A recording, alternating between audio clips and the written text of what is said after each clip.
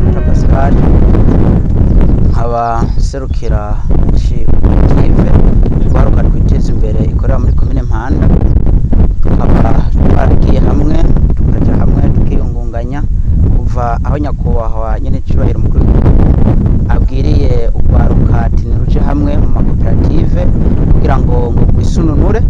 Twebwe twabaye inimero ya mbere muri komine yacu ya Mpanda gufata ikibanza ca mbere kugira ngo dushingiye koperative. Iyo koperative yacu gwaruka twiteza imbere ikora cyane kandi itiziganya, ikora neza cyane. Yari ubushize aho muheruka ino murazi ko mwaje muragira activite y'icyo bitwa tomati, murabona ko byagenze neza kandi mwamye ko turi ku kivi. Turongera turanabwira ati hari umurima nawo wa pasteke tuko turategura kugira ngo nawo nyene muzoze kuwukorera activite. Ni nk'ubu rero no munsi kuri igenekerezo y'ukwezi kw'indwi tariki 2 2021 mwashoboye gushika ngaha muri no murima. Murabona yuko vrema ari umurima uteye igomwe. Mu misi nko mu ndwi 2 misi za turashobora gusoroma kugira ngo natwe turabe ko twokwikenura twova muri bwa bukene nyakubahwa ahora tubwira ngo hajya umufuko wose ugire inoti. Ni muri iyo mvo twashoboye kuja hamwe twese turiyumvira ko tuza kurimeza pasteke. Murabona yuko mwazungurutse hose mwaravye, murabona ko umwimbo vrema two turaraba ari umwimbo mwiza cyane. Turifuza yuko abo bariko barumva kano kamo, bo bariko barabona bino bikorwa two turakora ko bodufata mu mugongo na nyarejya muzi ko umuhini mushasha uvuna amabavu. Turashobora kuvuga yuko ngaha aho bukera tukabona izi pasteke tagize icyo dukuramo, turashobora kugira ngo dushobore gukotesha ahandi hantu, dushobore kurima kongere tubandanye kuri wa mufuko wose ugire inoti. Turavye muri sezo yacu ahantu twakoreye twarimiye zino pasteke twuba turi nk'abambere, kandi hose ni ntonto cyane, ariko twebwe niko dufite pasteke nini.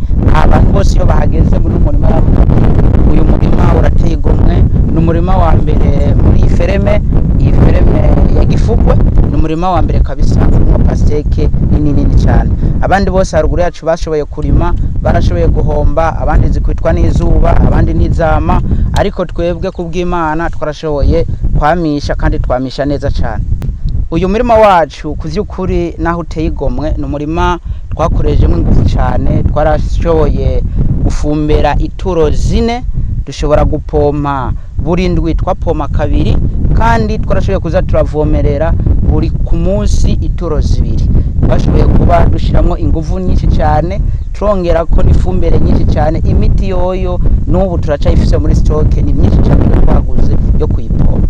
Kandi dusubiye kuraba neza tudondoye uyu murima wacu, kuvyukuri ntitwovuga ngo hari ico twatanze ku Mana, twovuga ngo no kwishima canke no kugira iki.